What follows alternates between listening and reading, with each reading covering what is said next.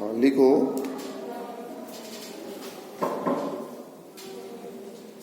Continuity and differentiability.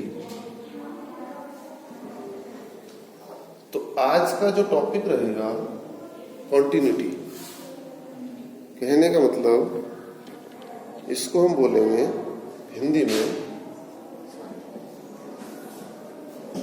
सातत्य। ठीक है, कॉन्टिन्यूटी हिंदी में इसको बोलेंगे हम सातत्य। देखो कॉन्टिन्यूटी का मतलब होता है, आप लोग पहले से ही जानते हो, लगातार।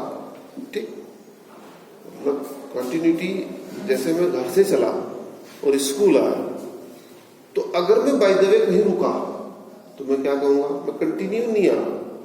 या तुम्हारे भी किसी का फोन आया कि भाई क्या तुम यहां से कर्णप्रयाग जा रहे हो, तो तुम अगर जा रहे हो, हाँ जा रहा हूं, बैठो भाई मेरे साथ। अगर तुम्हें रास्ते में कहीं ब्रेक लेना है तो तुम कहोगे मैं कंटिन्यू नहीं जाऊंगा, मैं 1 घंटा रास्ते में बैंक में रुकूंगा। ठीक है, तो कंटिन्यूटी का मतलब होता है लगातार।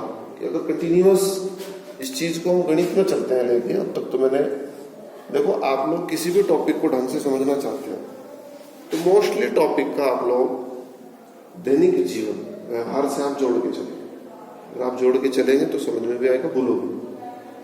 देखिए कॉन्टिन्यूटी के लिए ये एक रास्ता है, ये अगर लगातार चल रहा है तो इसको हम बोलेंगे कंटिन्यूअस। ठीक है, लेकिन कंटिन्यूअस की भी एक क्राइटेरिया है भाई, आपको कहीं से कहीं तक की बात पूछी जाएगी तभी तो आप कंटिन्यूटी बता पाओगे। वैसे तो हर कोई कहीं ना कहीं रुक ही रहा है भाई। मान लो मैं चला यहां से, कहीं तो रुकूंगा ही, तो मेरे से पर्टिकुलर एक इंटरवल पूछा जाएगा। अगर इंटरवल से मतलब, या फिर पॉइंट पूछा जाएगा कि भाई आप मुझे बताओ ये पॉइंट 1 है, ये 2 है या 3 है, कि क्या x = 3 पर आपका जो ग्राफ था वो कंटिन्यू था। तो आप x = 3 पर चेक करेंगे, चल रहा है, ब्रेक तो नहीं हुआ, तो आप लिखेंगे it is continuous at x = 3, कि हमारा जो ग्राफ है x = 3 पर कंटिन्यू था। फिर मैंने पूछा आपसे कि भाई आप, या यहां पूछ लिया चलो 0.5 पर, तो यहां आपने चेक करा, यहां तो ग्राफ है ही नहीं।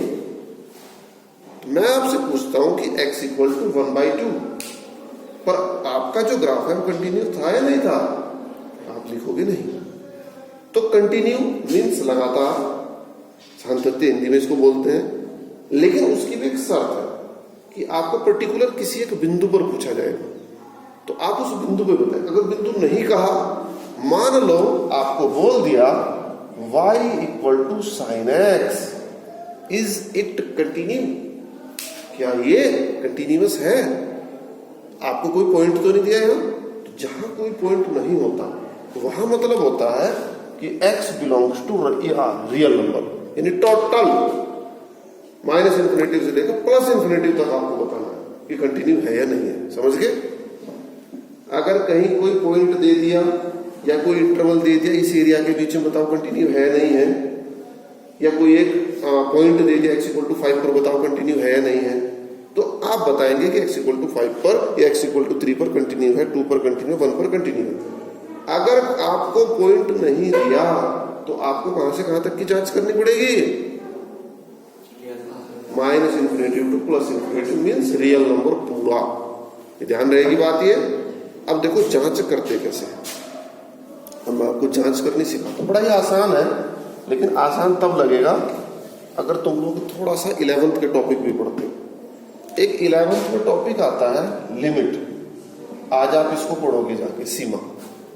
ठीक है, 11th का टॉपिक है लिमिट, इसको आप थोड़ा सा पढ़ोगे जाके। थोड़ा सा मैं आपको याद दिला दे रहा हूं। 11th में आप पढ़ते थे limit x → 2 x - 2 upon x। Suppose करो ऐसा आ गया क्वेश्चन, तो लिमिट का क्या मतलब होता था कि x की जो वैल्यू है उसको आप x तक रख दो। तो 2 रखा, 2 - 2 0/2, तो 0 आ गया, तो ये आपका आंसर। ठीक है, या फिर लिमिट का ये भी मतलब होता था कि लिमिट x → 2 x² -4 और अपॉन x - 2। ठीक है, तो अगर आप यहां लिमिट की वैल्यू रखते हो, तो जब आप लिमिट की वैल्यू रखोगे यहाँ पर तो कितना आएगा भाई, 4 - 4 2 - 2 0, जो कि इनवैलिड है। ध्यान रहे 0/0 ना बने। आ रहा कुछ याद दिलाने से थोड़ा सा पढ़ाई की तरफ को दिमाग लगा दो, नहीं तो कई तरीके के नुकसान होंगे। तो 0/0 इनवैलिड है, इसको आप नहीं लाएंगे। तो ऐसी कंडीशन अगर कहीं बनती है तो इस तरीके को आप काटो, इसको थोड़ा सा कैलकुलेट करो। Limit x tends to 2, x² - 4 को हमने थोड़ा सा ठीक करके लिख दिया। क्या लिखा, लिमिट x टेंड्स टू 2 और x - 2 x + 2 और पूरे के कोण में x - 2 कैंसिल कर दिया। x - 2 कितना रह गया, x + 2, टेकिंग लिमिट तो 2 + 2 = 4। This is the answer. समझ गए आप लोग। तो ये 11वीं की बात।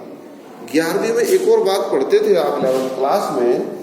देखो टॉपिक शुरू होने में थोड़ी सी देर लगती है, लेकिन ये है कि कंसेप्ट क्लियर होके टॉपिक शुरू होगा तो फिर दिक्कत नहीं आएगी। और मैं एकदम पहला क्वेश्चन कर दूं फिर तुम रोज पूछते ही रहोगे।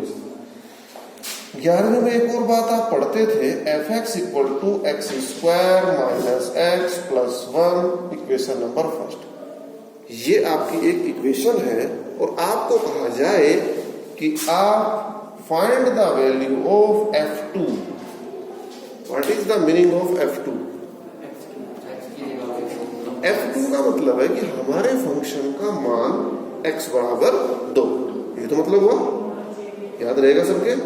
f2 का मतलब हमारे फंक्शन की वैल्यू x = 2 पर।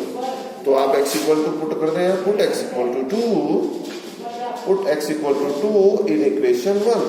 जब आप इक्वेशन 1 में x = 2 पुट करेंगे तो f2 = 2 का square 4 - 2 + 1 4 5 2 3। This is the answer. ये भी बात समझ में आ गई। अब मैं आपको बताता हूं कि कोई फंक्शन कंटिन्यूअस किसी पॉइंट पर कैसे होता है। तो आप यहां लिखेंगे fx एक फलन आपका, ठीक है। आप हिंदी में भी लिख सकते हैं, इंग्लिश में भी लिख सकते हैं, देखो जैसा तुम्हारा दिल करे। आगे बच्चों को भी यही बात बताओ, जैसा दिल करे ऐसा पढ़ना है। यार अगर कोई बच्चा एडमिशन लेते हुए डर रहा हो, जैसा मन करो ऐसा पढ़ो। कोशिश करो इंग्लिश सीखने की, ऐसा नहीं है मैं कहता, लेकिन तुम हिंदी में भी करो तो कोई दिक्कत नहीं। तो मैंने लिखा fx एक फलन यदि x = a पर सतत है। If a function fx is continuous at x = a।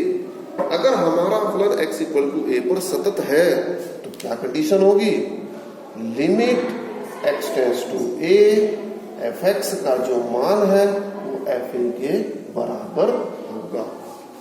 ठीक है। अगर कोई फलन किसी पॉइंट पर कंटिन्यूअस है तो उस पॉइंट पर उस फंक्शन की सीमा का मान उस पॉइंट पर उस फलन के मान के बराबर होगा। ठीक है, ये बात समझ में आई क्यों भाई? ये बात समझ में आ गई सबको? चलो तो अब इससे आगे बढ़ते हैं भाई।